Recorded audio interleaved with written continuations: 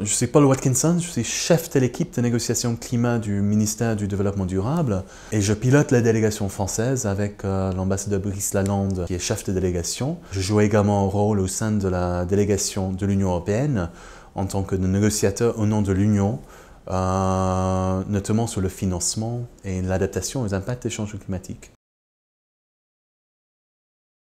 Cela fait 1 an maintenant que les chefs d'État d'une centaine de pays se sont réunis à Copenhague. Alors, ils se sont parlé entre eux, ils ont trouvé un accord politique à Copenhague pour réagir collectivement aux défis des changements climatiques, pour se fixer un objectif partagé de limiter le réchauffement climatique en dessous de 2 degrés, d'acter les actions, les engagements des uns des autres et de mettre en place un système de suivi de les actions de réduction des émissions et de mettre en place un nouveau fonds et d'autres collaborations dans le domaine de la forêt, des technologies et de l'adaptation pour travailler ensemble, pour faciliter et pour aider notamment les pays les plus vulnérables pour y faire face. Alors le problème c'est qu'à Copenhague, cet accord politique, il s'est arrivé impossible à traduire cet accord politique en décision juridique.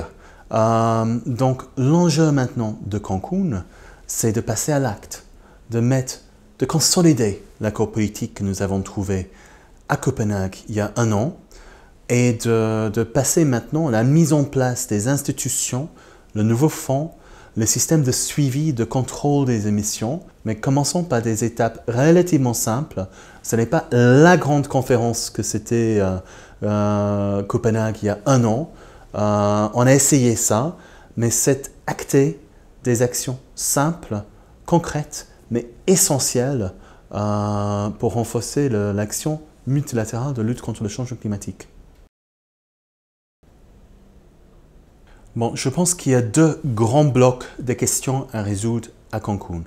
D'un côté, il y a ce qu'on appelle l'atténuation. C'est tout ce qu'on fait dans le domaine de la maîtrise de la réduction des émissions de gaz à effet de serre. Et là, c'est surtout comment ancrer dans les textes les actions, des engagements que les pays eux-mêmes ont annoncés et mettre en place un système de suivi et de contrôle de ces actions et des engagements pour qu'on sait que quelqu'un fait ce qu'il a dit qu'il va faire. Ça, c'est essentiel.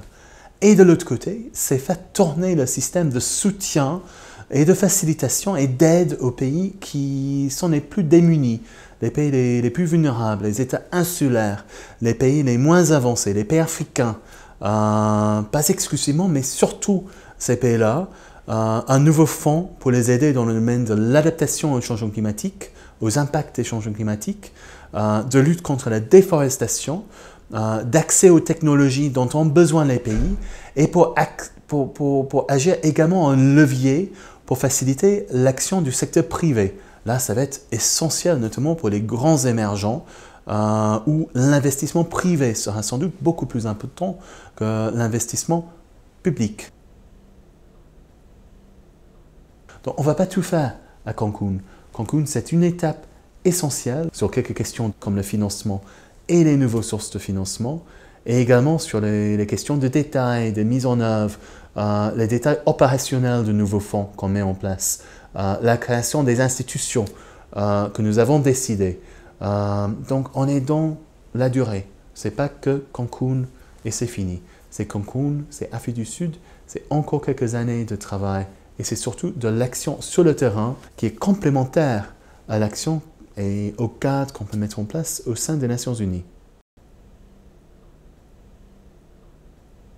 La première semaine sera cruciale pour préparer le segment ministériel de la 2e semaine. Les ministres veulent un résultat à Cancun, veulent ce type d'équilibre entre les questions clés, veulent des décisions simples qui puissent adopter la 2e semaine à Cancun.